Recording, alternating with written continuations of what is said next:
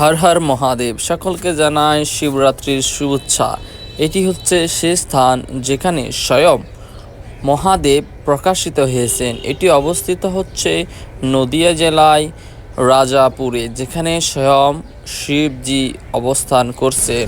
অত্যন্ত প্রাচীন একটি মন্দির এখানে, যেখানে অত্যন্ত সুন্দরময় এবং দেখতে অলৌকিক এই জায়গাটি, যেখানে শিবজির স্বয়ং প্রকাশিত হয়েছিলেন। এবং এই যে আপনারা দেখতে পাবেন এখানে শিবলিঙ্গ রয়েছে, যে শিবলিঙ্গটি স্বয়ং প্রকাশিত হয়েছে, কেউ এই শিবলিঙ্গটি তৈরি করেনি, যেটি স্বয়ং শিবদেবের প্রতীক, যা স্বয়ং নিজেই প্রকাশিত হয়েছেন।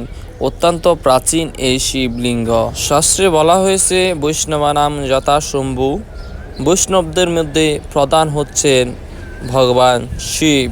তাই সকলে ভগবান শিবের কাছে প্রার্থনা করবেন যেন ভগবানের সেবায় যুক্ত হতে পারি। হরে কৃষ্ণ, হর হর মহাদেব।